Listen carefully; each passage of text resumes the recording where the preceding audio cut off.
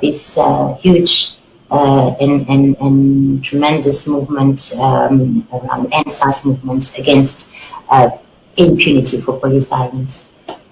Catherine, it's over to you. All right, thank you for having me. Good morning, good afternoon, good evening. You see, we have a popular saying in Nigeria, wahala no dey finish, meaning the problems never end. You see, I grew up in a family of 8 where my parents really had their hand full. They worked to give us the best they could afford. Education, Medicare, food, allowances, most importantly, a home. My parents taught us how to respect each other's differences, understand each other, stand for each other, and protect each other. I must say my brother did take a lot of the blame for my many mischiefs. But unfortunately, in the late 90s to 2000, things took a turn for the worse when the Ishekiris and the Ijaws in Warri, where we lived back then, went into war with each other because of a failure in leadership and respect for differences. Many were displaced from their homes and killed. My parents lost a lot and I had to grow up real quick. This was my first real encounter with insecurity, a lack of accountability, and irresponsibility. Nigeria is home to over 200 million brothers and sisters that are beautifully diverse in tribe and faith. But we lack education, a functional health system, electricity, we lack jobs, security. The basic things that any parent, guardian, and in this case, a leader should provide so that we can achieve our ambitions. Instead, these basic things have been weaponized by our leaders and used against us, used to lure us to do their bidding, used to oppress us, keep us too hungry to be angry, used to kill us. So dear Agnes, it was indeed hopeful to see the new generation of Nigerians stand up for Nigeria, not religious or tribe-based. But if we don't act, this new generation will be haunted like myself, wiped out, or succumb to the will of a dying generation. But even a magician cannot perform one trick forever because we, the Nigerian people, were tired. And for the first time, I saw Nigerians stand for each other in protest all over the country. End SARS. Now, SARS is the Special Anti-Robbery Squad Unit, which the government rebranded to SWAT, after disbanding the said SARS over 3 times and twice in 1 year. SARS have a track record of more daylight robbery than actual robbers. They've murdered more innocent citizens than murderers in the society, more rape than the public is even aware of, constantly exhibiting their lack of intelligence and training by harassing Nigerians either because of how we look, the hair we have, the cars we drive, or if we have tattoos on our bodies. When you speak up and ask what you may have done wrong, they beat you up, lock you up, or kill you altogether. Now, this gave birth to a movement, End SARS, a movement against police brutality, which has since become a much bigger movement against bad governance. And the reason is simple. From the President, General Muhammadu Buhari, downwards, they are all SARS. You see, because this is a government, yes, that would rather silence and kill its citizens rather than be guided by their concerns and their cries. Hide COVID-19 palliatives, mind you, that were donated rather than feed its people. One that would rather spend quality time with his cows rather than address its citizens. The same government that chose to inject rogue elements into peaceful protests rather than protect its people, but choose to coddle terrorists. It is the same government that froze the accounts of protesters and seized passports, but cannot seem to trace the accounts that sponsor terrorism.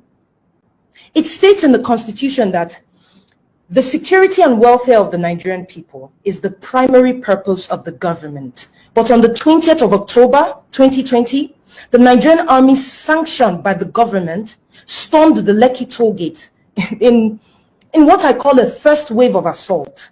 No warning, no dialogue, just guns blazing, shooting into a crowd of the bravest set of people I have ever met.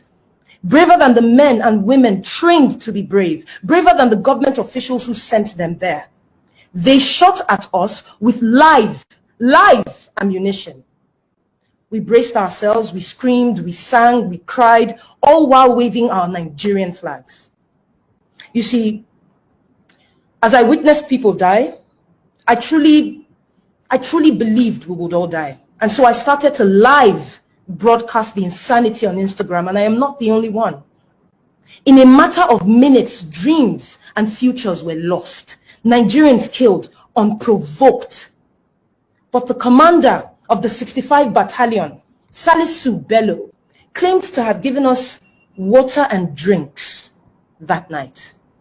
But that is not even on the same continent with the truth. I have a clip recorded from the live broadcast where you can hear me asking Bello why they were shooting at us with live ammunition. His response was that my coming close to him poses a threat to him and he will act accordingly. Is this the act of someone who gave us water and drinks? I also have another clip from the same night where you can hear a lady's voice asking the whereabouts of the people that had been shot. Further proof that the bodies we saw were taken away by the army present. The army claimed to have cared for us. But when the Nigerians that were on that live, when they called ambulances to assist us at the toll gate, they were stopped and asked to turn back by the army. We were forced to have a crash course on medical procedures, attempting to extract a bullet from the leg of a protester until one ambulance came from the back. So please tell me, what then was their intention if not to kill us? At this point, we had counted 15 bodies. A few hours later came the second wave of assault by the Nigerian police with the same modus operandi, killing, injuring those of us left at the toll gate. The same police also shot at us the next morning. Now listen, this is just one incident. There is Obibo, there's Mpo, there's Zabamari, many more. The Nigerian authorities, under the poor, corrupt and misguided leadership of President Buhari, down to his cohorts, Governor Jide Sanwo-Olu, General Takar Buratai, Brigadier Taiwo, F.O. Omata, Lai Mohammed, and many more. They have all tried severally to deny these events, while in the same breath contradicting themselves. This government continues to fail in doing its duty as what I would have called an elected government, if that was not riddled with corruption itself. And so today, I urge you, as members of part of the global governing body and other members not here present today, to take necessary and swift actions in ensuring justice is served to the Nigerian people. Through your investigations, I believe you will find ample evidence to bring charges against the elements in the Nigerian government. Please, please do not continue to place us at the back burner or say we are not a priority. Do not turn a blind eye to a nation with immense potential to be on the world stage if only these potentials are harnessed and not killed off. As Nigeria is a member of the United Nations, which says membership is open to all peace-loving states, it is evident in that statement alone the state of Nigeria has failed. Our leaders too greedy, too corrupt, and quite frankly, unequipped intellectually, mentally, physically, to protect Nigerians or move the nation anywhere. If it is indeed true that the First Lady of Nigeria, Aisha Buhari, can relocate to Dubai, citing insecurity in the presidential villa, Aso Rock, the most secure building in Nigeria, then I ask, where do we, the average Nigerian, go? Mr. Rod, you say your office has about 80 investigators. It was funny when you said it, but I can assure you, millions of Nigerians are willing to help provide all you may need to reduce the potential burden on this request. We only have our voices. That is all we have. As a people, we are using it to sorosoke. So please listen. As Agnes said, the country is a keg It's sitting on a keg of gunpowder because of all the things that we have been deprived of. I am advocating for all types of peace, but justice. And through justice is the only way peace can truly thrive.